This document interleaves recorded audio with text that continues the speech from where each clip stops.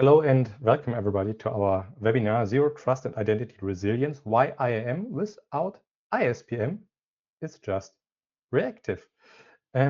So a couple of information before we start.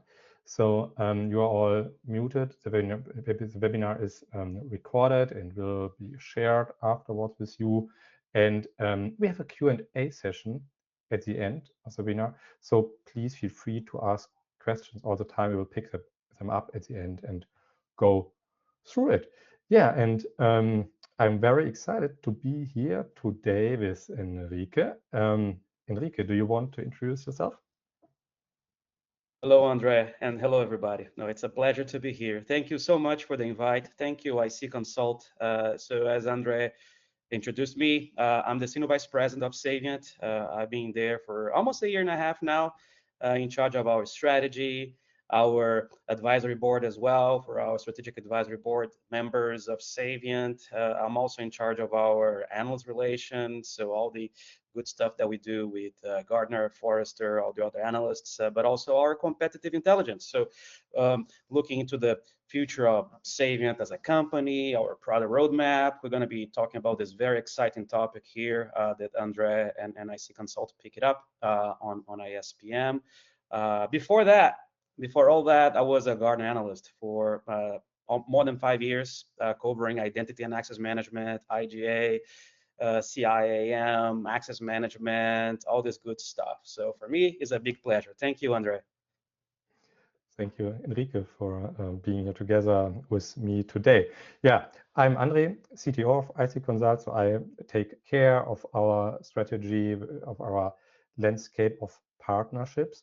And we, of course, always keen on working with the best IAM companies out in the world to tackle all the challenges regarding digital identities. I'm working for IC Consult now for more than 20 years, so quite a while. I know Saviynt very well, but maybe not everybody of our participants does. So Henrique, do you want to guide us through what Saviynt is offering in general before we dig deep into the topic of ISPM? Yeah, and it would be nice just to give you guys some updates, right? So maybe Saviynt, but we're changing so fast. There are lots of news going on. Our vision is basically this, right? So we are transforming from a SaaS company to an AI company. There's no secret in that. And the scope of the things we do is to protect all kinds of identities, internal and external identities. It could be workforce, it could be external partner risk type of thing as well, machines and humans. Okay, using identity security capabilities like PAM, IGA, like ISPM, identity governance for applications as well, and all kinds of protection of assets, like on-premises or in the cloud, machines, but also AI. AI agents is a big new thing in our portfolio as well. So if I can summarize, Andre, what's happening with Saviynt, it's a big ramp up into growth. No secret, we are on a road to IPO. We don't want to be acquired. We're aiming to get bigger and bigger, helping more and more clients. We hit last year. We reached $200 million ARR, which is a big milestone for us. Growing consistently thanks to our clients and a lot of recognition. Right? Even myself, before joining Saviynt, coming from Gartner, it was always this thing about how easy it is to use, but also it's a great alternative, I think, from other complex ways of doing separate, siloed approaches to identity. So I was very pleased when I was offered this opportunity to just run their strategy and the future roadmap as well. The next slide talks about a little bit of that partnership with our clients. A lot of the brands that you may be familiar with in Europe, in the US, all this good stuff makes me very proud of what we're doing. So companies of all sizes. There are some amazing logos, Andre, that I was not authorized to put in here. But man, we can talk that in private. By the way, as Andre said, feel free to drop messages in the chat, okay? If we can't address all of them. We'll try to address most of them in the end of this presentation. But man, one of the things that make me the proudest of this current situation of Saviynt today, Andre, is this next thing on the right here, the screen, is, man, it's the only company on the planet that has reached 4 times in a row the Choice Awards, or the Voice of the Customer Choice Awards. It's the only company that ever done that for IGA, which is, I think, and I used to be an analyst, but this is more important than analyst awards and anything else, because it's clients using the tool, and they vote which tools they like the best. So that gives me a lot of pride in that as well, and shows that we are going in the right direction in terms of vision and strategy as well. So thank you, Andre. Yeah. I think that's a summary. Like you saw, lots of things changing, lots of new stuff that we're going to be able to talk about here today. But it's a great achievement, especially having in mind that IGA is a very complex topic that often comes also with some disappointments, right? It's not a kind of easy thing. And then winning 4 times in a row, that's impressive. Congratulations. Thank you. Cross fingers for 2025. 2025. 5 times. You everybody in the call, you can still vote. Exactly. Yes. Thank you. Yeah, a few words about IC Consult. So we are a system integrator, a consulting company, a managed service provider, completely focused on the topic of digital identities.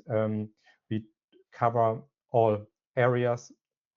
Henrique, you mentioned several points already.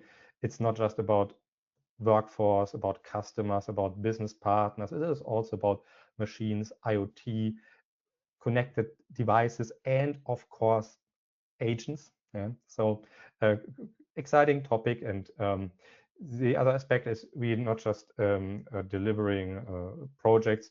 We also are there to take care of solutions on the long run, because nobody wants to end up with some kind of outdated identity access management solution that is not fitting the current business requirements anymore.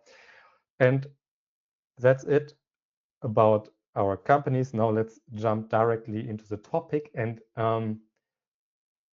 talk a little bit about the history of cybersecurity, not in depth, but high level. And I like to compare the way how we were looking to that topic in the beginning of the 2000 years a little bit with how we were protecting ourselves in ancient times. So building a fortress, yeah, building a fortress, high walls, drawbridges, yeah?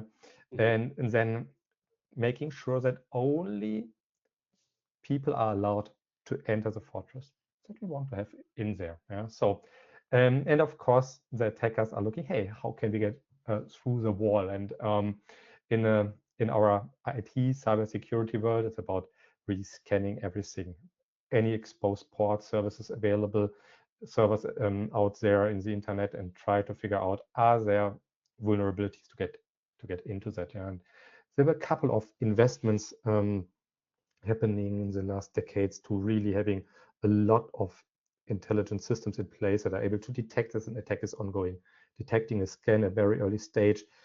Someone's tried to figure out running an exploit, and then really bring up the alert. But of course, attackers are smart guys, unfortunately, otherwise we would not be here talking about that. And the thing about how to get into that very high wall.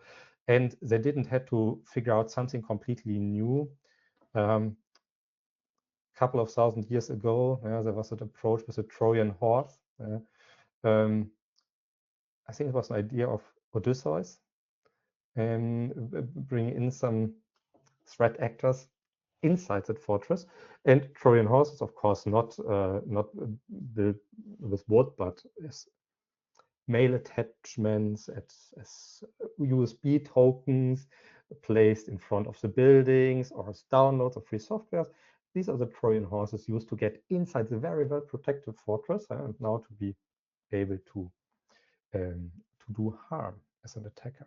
And that was then the rise of really endpoint device focused security layers.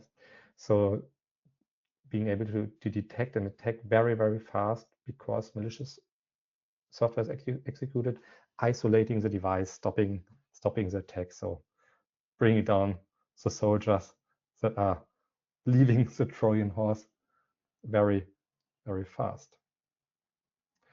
Yeah, well, and then Henrique, I think then we are reaching the topic of having identities as a layer. Oh, by the way, some evidence. So Yeah. malicious software is getting less and less important when it comes to running an attack. So you see the number of malware-free attacks increased to now nearly 80%. Yeah? So most of the attacks are run without malware because of the very strong endpoint protection that is in place now. Yeah, but what is with devices you can't control? Contractors, by the way, entry point for many successful attacks during this year on, for instance, companies taking care of your Snowflake tenants, and what's happening for a very large company in the entertainment business, or also retailers affected in the last months in the UK. So the identity layer is getting that high level of importance also because of the resources are spread all over the world. We are not talking about a data center where we are protected, but SaaS services. And I like the analogy you made with Trojan horses, because, well, it goes back to the Greek Empire, right? And it's old. It's old. If we think about how crazy old this thing is, right? The perimeter type of defense from data centers, and then there was this big shift as you described, right? I tell the same story to my clients too. Is man, it was 25 years ago that cloud was invented. So the year 2000, right? That was when Salesforce, the first cloud company, that was Salesforce. So cloud is already 25 years old. It's old, right? Well, if that's old, I'm much older. But beyond the point, the thing is, the only thing, Andre, and then that's how I also trace this analogy, right? So if you go back to the network era of data centers and etc., even before that, the mainframe in the 80s, we saw those shifts almost like every 20 years changing, like from the 80s to the year to the 90s, then the year 2000, and then there was the dot-com bubble and all that stuff. The only constant was identity. Right, so we had mainframes, identities in the mainframes, even before the network era, very centralized, and then it became decentralized in the network era. So we need firewalls. We need to block those Trojan horses, bad guys out, good guys in, right? And then in the year 2000, with Salesforce, cloud was born, and then boom, perimeter is no longer a thing. So devices, let's look at the devices, what's going on in endpoint. But the only constant was the identity. The parallel that I make also is that how the type of identities shifted, right? From the network era was very much workforce. As we got to devices, it got more CIAM, like B2B, B2C stuff. So it exploded in the number of identities. In the identity era that you described, right? We are already in the post-cloud era with AI. That was around 2022. Remember the 20-year waves? So 2022, we have AI. ChatGPT became mainstream, right? So that was the first time my mom and people outside of IT could have access to AI. Then we got all this kind of different type of identities, right? I'm sure we're going to be talking more about this, but it's interesting to see how this parallel. It's a parallel on the number of attacks growing, as you show in your graphic there, but also the number of identities growing from workforce to CIAM to machines, which like now 20, 40 times. Exactly. Point, right? Exactly. These numbers are sheer impressive numbers when it comes to really how many identities are out there to manage, authenticate, these kind of things. But one thing is also interesting. As you said, the identity layer was always there in the one or other form. But if I remember the discussions 20 years ago, it was about typically efficiency, making it more convenient. Yeah, hey, we can save 40 seconds of working time for every single employee. Password reset, right? Yeah, eliminate password resets. Remember that? But it was not. But that wasn't the layer to protect the IT assets of the organization. That changed. The question is identity still doing a good job with that? Yeah. And there are a couple of things I would say that identity is doing an excellent way when it comes to reinforcing that we want to have authentication in place, multi-factor authentication based on conditional access. We are able to understand, hey, we have a risky sign-in, we have to do something on top of what we are typically doing, these kind of things, but also making sure that users have the access rights that are necessary, but still following the least privilege paradigm, making sure that if someone is moving or leaving an organization, that access is revoked. I think these are things that are working well. Yeah? But there are also things that are, I would say, today very often not solved the best possible way. So really being able to detect that there are deviations. Yeah? So for instance, accounts with too many privileges, yeah? Or also entry points into an application. We are focusing very much on, hey, great, we integrated that application. It's working. Yeah, it has single sign-on, it has MFA. We are provisioning the roles into the system without proving that there's not a second entry, that they're not hard-coded credentials or in a database and one factor is good enough, and these kind of topics. So there are areas that are, I would say, less observed very often. And then after multi-factor authentication, a session has been issued, cookie, access token, refresh token. Hey, then very often it's just a bearer token, and whoever gets hands on that can enter the systems with it. Henrique, I'm quite sure you read the news yesterday regarding that massive digital supply chain attack running against the maintainers of NPM packages. So right now, many websites outside in the world are in the situation that they are relying on packages. This has been compromised the last couple of days, and running now JavaScript code inside the browsers of the end users. Of course, able to access whatever attacker wants to access for these websites. Yes, that's massive, and showing again we have to do more than just issuing the session. Yeah, I agree. I agree, and there was a lot of good stuff that happened, right? So to the point of MFA, I'm a huge fan of passkeys, right, or ways to simplify authentication, but also making it stronger. Joiner, mover, and lever for workforce. I think there was a lot of progress in that area. But yeah, there's so much new stuff, right? That for me was interesting. I don't know how many of the people in the audience they work in identity and they've been doing this for as long as you have, Andre, or I have. But it's one of those areas that's always something new. There's this new wave and so much to improve. For example, with this new type of attacks, right? I thought you were going to bring up the one, the other big supply chain attack around sales loft, right? It's unfortunate, but it feels like we see this rise of attacks using more AI, and we're still using last generation solutions. So it's like a new generation type of attacks, last generation type of solutions, or something like with the explosion of identities that we spoke about.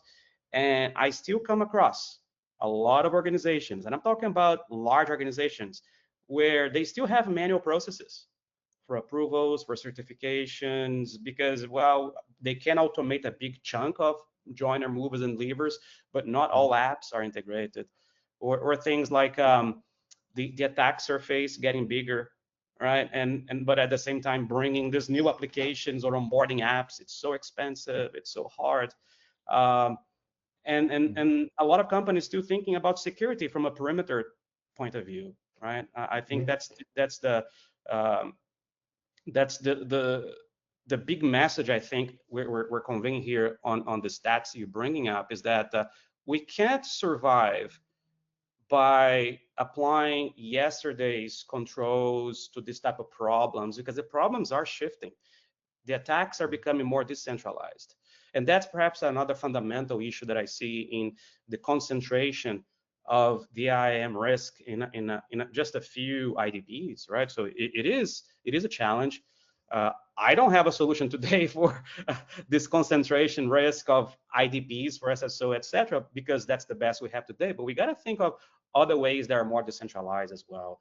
Something that is that is more advanced in a way, the same way the attackers are becoming more advanced. Yeah, but you also mentioned a very, very important point. So I remember discussion I had a couple of a few months ago. I think it was at the Identiverse. Someone was saying, what right now is happening in the IAM industry is that the gap between what most organizations are right now doing and still struggling with and what is the cutting edge, it's getting bigger and bigger. And complexity is growing. And I think that will also really drive the necessity to move again in the direction of having identity security platforms that are covering a lot of different aspects. Otherwise, the complexity will not be able to be handled. Just one other point I would like to mention that will affect us, or will affect many organizations in the very near future. My assumption is that the number of application apps, digital touchpoints, that will grow tremendously. Not just because we have agents as new touchpoints coming up, no, but also these vibe coding platforms that allow the business owners to let AI develop their applications, allows them to get rid of the bottleneck of IT professionals, of software engineers, and that will end up in a situation that might get challenging, because we'll talk to people that don't have any clue what the code is exactly doing, right? So, so that's something else. What will what will come up? Well, let's look a little bit to it from a kind of structural perspective. So, if we are looking into the different phases here, identity access management is today primarily on the protect phase. Yeah, so we are not having a good understanding how our identity attack surface looks like. We are protecting the assets and the users we are aware of, and then we hope that there will be not a breach.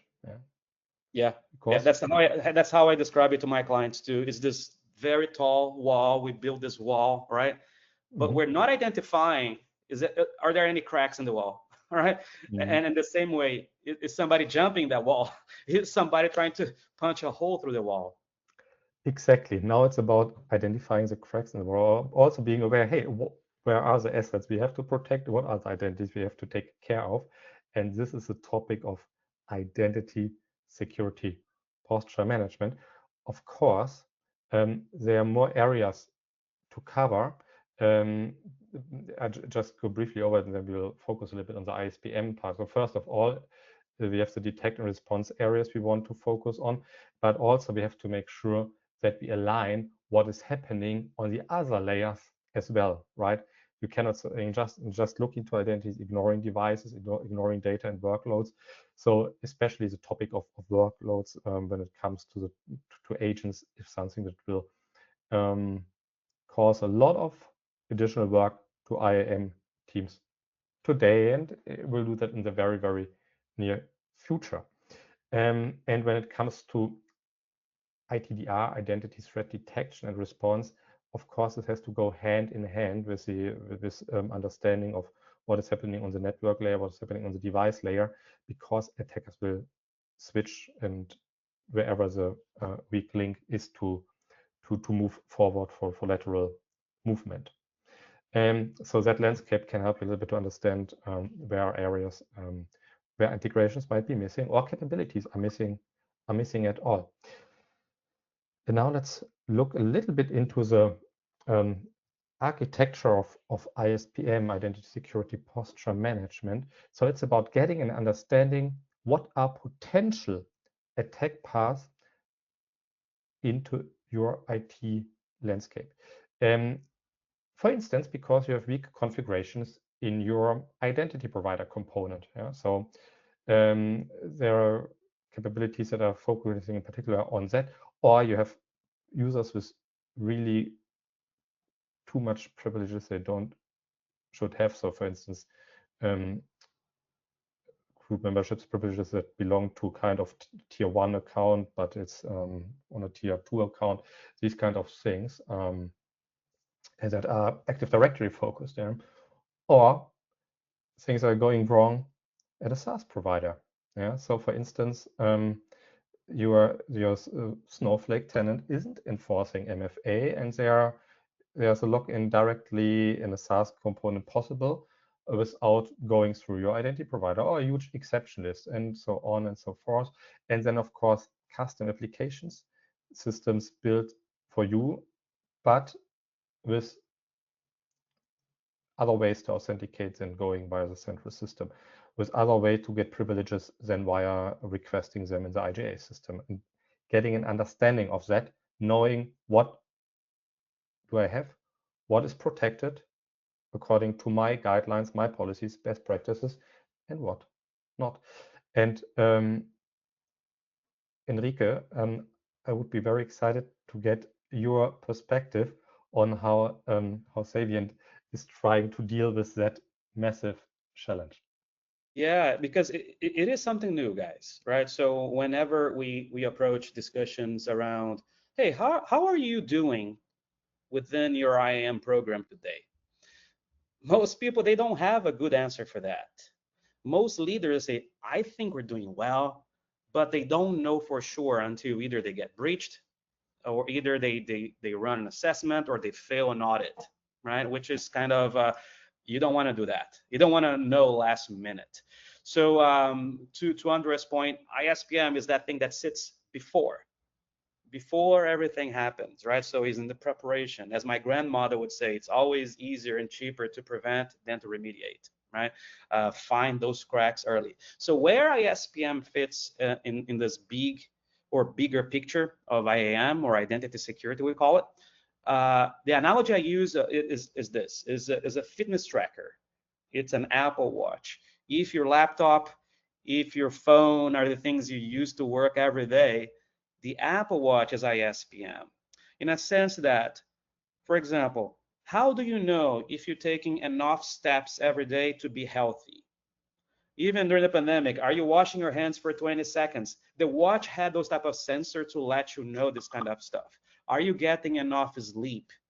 In other words, are you strong enough? Are you strong enough to sustain an attack?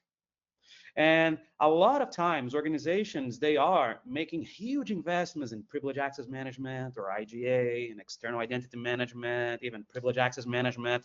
But are they short? Are they implementing those things in an effective way?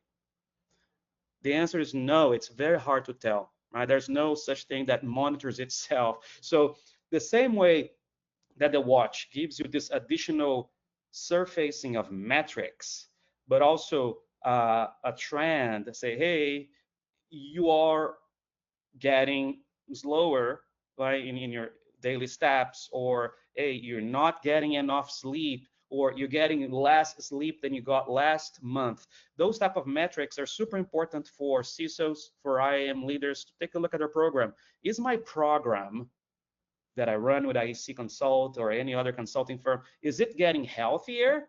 Is it getting better? Or is it getting worse? So the watch itself, it doesn't do anything, but it alerts you to do things with your phone, alerts you to do things within your computer. The actual work, the actions are made by the other pieces of the puzzle here. But the watch is fundamental. It's and man, I like watches, all kinds of brands, all kinds of stuff. But today I just use this because I'm also a data freak. I love analytics. I love data. So I want to know more about my own health. So I think it's a good analogy here to explain what ISPM is adding to this picture here. Okay, it's adding these additional metrics about the health of your IAM program. Before anything goes wrong, it's going to tell you, hey, what's the percentage of the population of your users that are using phishing resistant MFA? Is it 20% today? So let's get those numbers up. We want to see more, 40%, 60%, 90%. So the coverage of your MFA adoption. Or something like, well, are you doing a good job in terms of reducing these gaps of applications that are not monitored? How fast are you in onboarding new apps into your IAM system? So all those type of additional metrics is going to be fundamental, right? And that was something missing in this bigger puzzle. And so one thing, yeah, go ahead, Andre. So now I really have two questions in my mind. So one is obviously, do we get the blood pressure sensor today? But you will not be able to answer it, I guess, when Apple is presenting their new product. But the other question is, how does it look like in the real life? What ISPM looks like in real life? Is that a question? Exactly. Well, exactly. we can show you. We can show you how this Apple Watch or this Google Watch, what it looks like today, this fitness tracker looks like today. So I do have a demo here.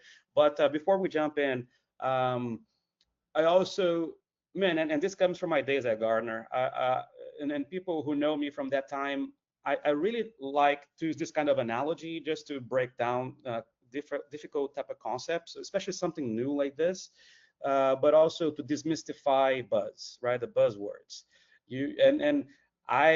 I don't take it lightly how difficult it might be, and putting myself in the shoes of a CISO or an identity professional, a practitioner. Say, man, another buzzword, another acronym, right?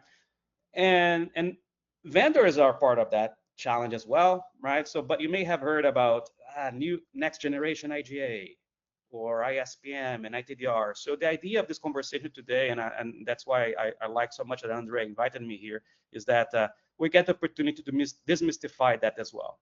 So if you ask me, Henrique, what's next gen IGA? So that doesn't exist. It's IGA.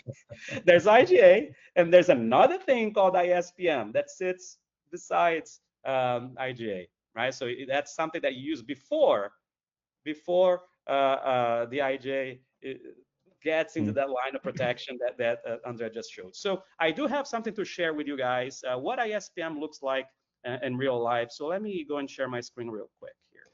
Yeah, I think an important takeaway is really that identity access management, as we were doing it for the last decades, that is there to stay, but it is not enough for holistic identity security. There we need these other capabilities as well we were talking about. Yeah. For example, do you need a watch like this to go run a marathon? No, right? You could train on yourself, you could eat healthy, and you could just go on a run and run again next month and be very successful. You could be a professional runner without a watch, right? But I'm not a professional runner. So what if I have an underlying condition in my heart, right? Atrial fibrillation. I want to know this kind of stuff before I get hurt, right? So what it's showing us here, right, in this demo I'm going to show you is all these metrics that are very hard to see. Do I have some underlying conditions in my systems that I'm not aware? So for example, the entitlement owners, is this going up? Is it going down? Unused access. And more important is, how are you doing compared to the way you're doing last month, right? Or the last 7 days. So for example, wow, it grew up 6% since last days. That's not good, right? So what happened? So that guides you to number one, to filter down the noise of your IAM programs. Okay, let me focus on the things that are really getting my attention. So for example, this here, it looks good, right? So I had here a decrease here of 15% or minus 15% of guest access and critical assets. That's good. So that's something trending up and positive, right? But also this is bad. An increase of 9% of access that are not used, just dormant.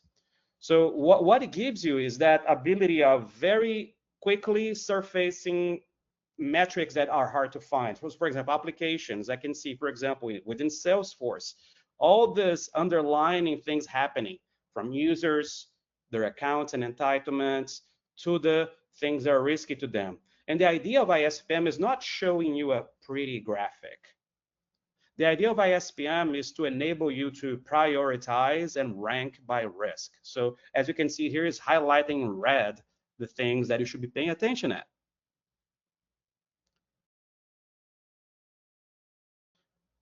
Or for example, if I want to see another type of view from a user perspective, right? So my employees, the workforce, accounts of a particular employee, what are they accessing and what is risky?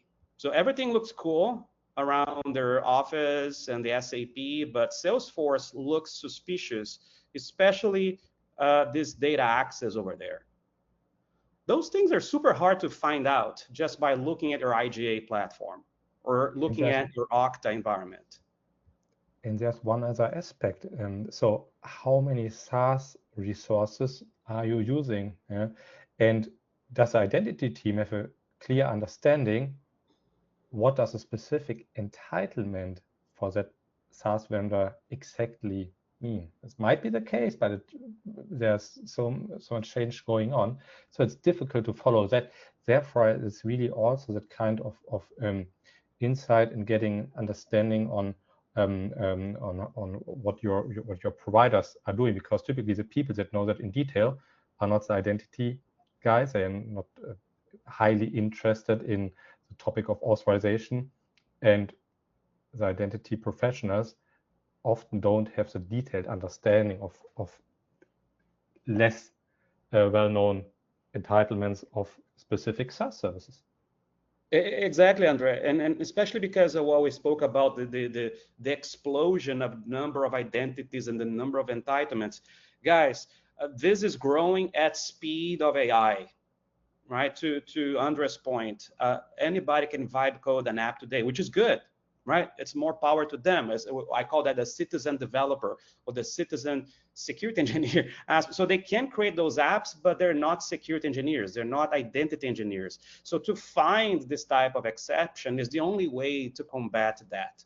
We cannot create policies and rules manually to sustain security and posture in a way that is growing not humanly. It's growing using AI. So in this example here, this thing in red is highlighting a specific access to this S3 bucket within AWS, and it's actually giving you the option, hey, it's literally telling you, you should take more steps. You should clip and remove those accesses because they're not necessary, they're excessive. Do you want me to do that? And clip access, what it does, it's gonna send a signal back to IGA, to PAM, and to our IAM system to actually remove that for you.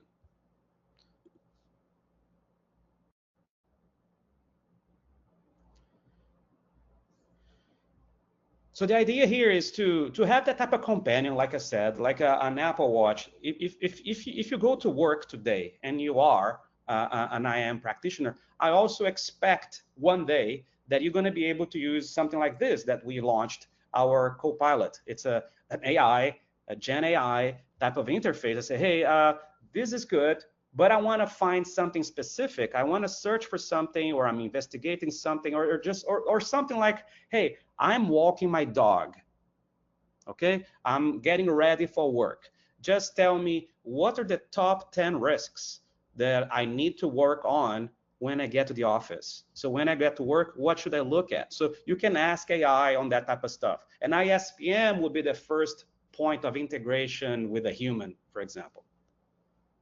So recommendations of things you can ask. So in this case here, it's asking for, give me a list of Active Directory, right? I'm focused on AD, for example, on Active Directory. So give me the list of service principals that were created in AD or in Azure AD in the last 6 months. Something like that. Or say, I need a new widget. I need a new type of graphic that shows me that I see something like the reduction of usage of service principals across a timeline, right? So very interesting stuff here, Andre, that gives us this ability to surface this type of metrics, but also make more informed decisions with things that we didn't have access to before, right? So those underlying conditions. Do we have cracks in the wall of IAM, as they say? Yeah, very, very interesting, very, very exciting. So thanks, Enrique, for sharing that with us. Because if you don't have any clear, up-to-date KPIs, how do you want to measure success? It's just not really possible. You following kind of best effort approach without being able to also communicate. Can I just say one thing before I forget? The demo we just saw, it's available today, right? However, the first version of ISPM for Saviynt, it works for Saviynt clients. So if you already have Saviynt PAM or Saviynt IJ, it sits on top of that. What we're going to be launching throughout the end of the year is what we call ISPM Pro. So clients, if you already have something else, if you already have an IGA tool or a PAM tool from a competitor, from another company, you could be able to just buy that ISPM tool to monitor and to manage the other tools you may already have. Very, very valuable, because I think it's became clear now during the discussions. We need to have these kind of tools in place. Otherwise, we have a risk we don't understand at all. What I like to mention here, of course, it is possible to get that capabilities as part of a managed service jointly by Saviynt and IC Consult, including the teams that are taking care of not just the ISPM capabilities we have seen, measuring that, working on improving these KPIs over time, but of course combined with teams to detect and respond to ongoing attacks, or also the recovery capabilities when it comes to identities. But what is a good next step you can take after leaving that webinar here? So that is really assessing the current state today. And that's something where we are happy to support you running an assessment to help you to understand how does the current security posture looks like, what are areas in which capabilities are missing, or the maturity isn't on that level that you should have, because what we also learned from the past is clearly the attackers are looking around and picking the organizations, victims that are less protected than others. Nothing is perfect. Nothing gives you 100% security, but being good enough compared to what was the benchmark is, that's a very important activity, and be helping to assess that and building a roadmap how to improve. Yeah, and yeah, I love this call to action because it shows what this conversation here today is about, right? So it's IC Consult and Saviynt, and how, man, and IC Consult, you guys are so good, like decades of experience in doing this type of stuff, right? So finding the cracks in the armor of IAM programs and suggesting how to improve that.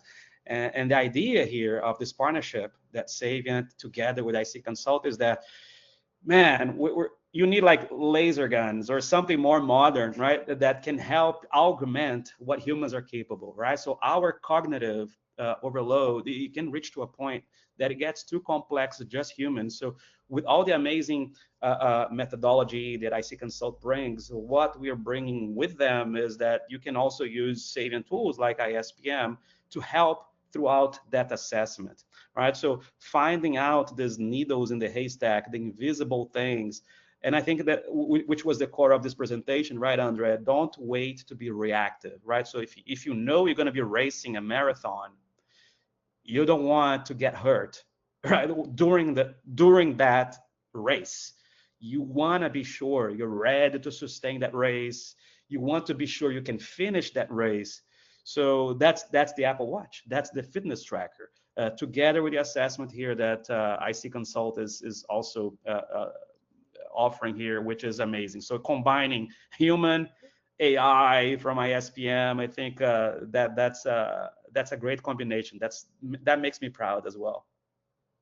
Thank you, Enrique. Can absolutely second that. So, to say it in other words, you will not able to solve the problems of today and tomorrow with tools and approaches and methods 10 years ago. That will just not work. And the other thing is the development of 1 year in the age of AI is something completely different than development of 1 year of development 10 years ago. So the pace we right now have when it comes to change, that's tremendous. And getting visibility and insights, what's going on, that's absolutely mandatory. And therefore, the best people really need to have the best tools to hands to solve that. It's not just knowing more, having better best practices. That isn't sufficient. It has to be really kind of state-of-the-art technology tools, AI enabled, enriched tools to really solve these challenges. And but still, it's also very important to know what's going on in these different categories that are doing an incredible important job in protecting the enterprise. And that is and that's something what we will talk about in the next upcoming webinars. So one is really how to modernize your IGA landscape, getting rid of technical debts and following a SaaS-based approach in IGA. So that will be a joint session by Shrikant, who is running our Center of Excellence for Saviynt, David Johnson, our VP for IGA, and the very famous identity Jedi, David Lee, colleague of Henrique at Saviynt. And then we have a webinar explicitly focusing on a modern privileged access management, enhancing identity security with PAM, provided by Mark, or delivered to you by Mark Phelan, our SVP for PAM, and Chris Herron from Saviynt. So register now. The link has been provided to you in the chat, but you will also get an email with an invitation to that webinar. So, Enrique, I think we are through our content, but let me look into the area if we have any questions provided to us that we can cover in the last few minutes. So yeah, don't be shy. The attendees seem to be shy, but if they don't, I have questions, and I could ask you questions too, Andre, if you don't mind. So then let's Enrique, I'm excited to hear what are your questions. So do you have any insights, Andre, about your own clients and the organizations that you speak with? How successful are they in covering their own applications? I mean, do you have an average of success rate of onboarding of applications? So do you think your clients are able, or the leaders that you speak with, are they able to cover 80%, 70%, 50% of the apps they have today? I would say the better the understanding of their own IT organization is, the smaller gets the number of applications, or the ratio of applications that is really well integrated, to be honest. Yeah. So there's a massive number of typically small applications where nobody wants to really take the effort integrating them properly, and it's a kind of accepted risks. But the reason for that is that very often the methods and tools to really integrate and onboard high number of applications are not enrolled to the organizations, but the patterns are very often, I would say, following a kind of traditional approach that is just not scaling anymore, especially not having that kind of methods in mind, like vibe coding platforms, number of new touch points, but also dealing now with the challenges regarding MCPs, model context protocols to have the retrieval augmentation happening for the agents to run actions via an agent. So that's a massive AI topic, and also adding a significant risk to organizations. Yeah, so that's something I would say is just very partially covered and understood today. So a lot of discussions are right now going on, and workshops and figuring out how can approaches look like. And therefore, I'm also very excited that Saviynt is focusing on the topic of MCP from the very beginning, yeah, because it's quite new technology, right? Yeah, MCP is the new API, right? So it's a new API. What APIs did for the cloud world, MCP is going to do us this interoperability for AI, for the AI surface layer. No, thank you. But about the coverage was an interesting question I come across sometimes, and my hypothesis is that in general, on average, organizations are monitoring 20% or less of their critical infrastructure, which is kind of alarming. If you are in the audience there, if you say, no, I disagree, Henrique is full of BS, please speak up. But I think there's a huge risk here of organizations that it's expensive, and I recognize that it's expensive, and say, well, it's so many apps, and now it's going to get worse, more apps that I need to monitor. So I can't onboard everything. So yes, I'll bring in the mainframe, I'll bring in Azure AD, AWS, perhaps the big ERPs, but the smaller ones, they remain unmonitored. Right. That's one of the challenges with ISPM is that ISPM wants to solve that. It wants to make cheap integrations, easy integrations to everything. Everything should be onboarded. Everything should be under that purview of your attack surface. And how good are you doing? So that's the second question, perhaps. How do you think, Andre, our clients, our joint clients, or other IAM leaders out there, how good of a job are they doing in reducing that attack surface, right? Are they managing identity today? So let me rephrase the question. Do you think the majority of our clients and IAM leaders, are they looking at identity as a way to mitigate and reduce the attack surface, reduce risk, or are they looking at it still as a compliance type of thing, the majority? Yeah, so I would say that in the last years, it shifted to become from, hey, that's something what we must do because of being compliant, and hey, we are afraid of an audit finding, to we must do that because we have to increase our security posture and we are afraid of a breach. Yeah. So the zero trust paradigm is from my perspective really something what changed the perspective. Larger parts of the IT organizations really have towards identity, understanding, hey, that's a core pillar when it comes to security. If we don't build our security around identities, we will somehow not be able to deal with the complexity we right now have with the cloudification, with APIs, with MCP, the agents.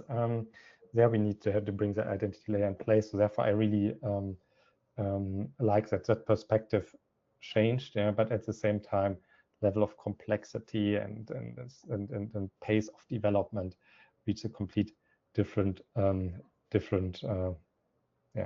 values than we have experienced before. That's the other thing. I agree with you. I think I'm seeing the same thing. And if I could paraphrase what you said, is that, I think we're starting to see some leaders already doing identity with the risk mitigation as a big driver. But the majority still do that from a compliance reason. They're still doing that for a compliance reason, which is also important. Don't get me wrong. I think, yes, compliance is a fact of life. You may be running something in a regulated industry, banking, right? You gotta be compliant. You gotta do it. But then a minority is doing that type of thing, which I think makes sense. Now, I remember one day, my days at Gartner, there was a survey. And that's perhaps another question I want to ask. Do you think the posture of things are improving or not, right? So, and the question they asked was, do you have a strategy for privileged access management? And it was, yes, we do. Do you know? And then they say, so what is the tool you're using for privileged access management? Do you know what was the #1 tool? Let me guess. Excel. Almost, man, you almost got it right. #1 tool for privileged access management was Active Directory, which is those guys are running marathons in sandals, right? So you're not using the right tool even to survive a marathon, right? So I think I have the hypothesis that a lot of organizations out there, they're doing like fantastic with what they have, but is that the right way of doing that? No, you could be going much longer, right? And you could go much longer without getting injured with a proper running shoe, right? So that was an interesting insight as well. Yeah, maybe last few words there. So often bringing in new tools to really tackle these upcoming challenges. These are, of course, investments, and we know that current economic situation is for many organizations they try to reduce spendings, but not investing more. Therefore, it's also very important to have a good message in place to show these are the risks, these are mitigations we can take there by introducing new tools, processes, improving tools, really using more of the capabilities the current tools have. So that's also something what is important to get most value for the investments in this security. I agree, and consulting too, right? So people, tools, processes. You need those 3 things. So I think that what you guys are doing is fantastic, Andre. Again, thank you so much for having me here. And people, if you're watching this, call Andre for the assessment. Let's see if you're running in sandals. No, you got to stop doing that. But everything comes together when you have people, tools, and processes working together. And so, Andre, that's why I think Saviynt and IC Consult, we work so well together. So thank you. Thank you, Henrique. Saviynt is a great partner to us, and we love working with your tools. Therefore, great that you show here up with me. Take care. Take care. Have a good day, everybody. Bye-bye.